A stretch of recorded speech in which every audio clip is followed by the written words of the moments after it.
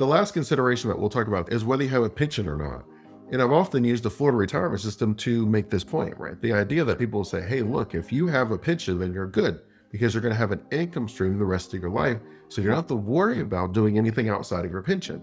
Or find a nice pension company, you'll be fine, no worries, rainbows and skittles. So people will go work for the government and the military and the police as a teacher. They'll work for the government in the post office. There's so many different ways. And then there are some private sector pensions, but that's normally only going to be under 20%. We don't have as many pensions as we used to, but it's very important to take a look at whether or not your pension has a COLA attached to it, a cost of living adjustment. That if you have a cost of living adjustment, then it is something that you can consider as far as I'll just maintain my pension, I'll make sure I work here, and that'll be my retirement plan. But if you're like me in Florida with the Florida retirement system, in 2012, they removed the COLA, the cost of living adjustment, which means that if you were to retire today and your pension was, I don't know, let's say like $5,000 a month, that's like $60,000 a year. You're like, all right, good. I feel really good about my retirement income.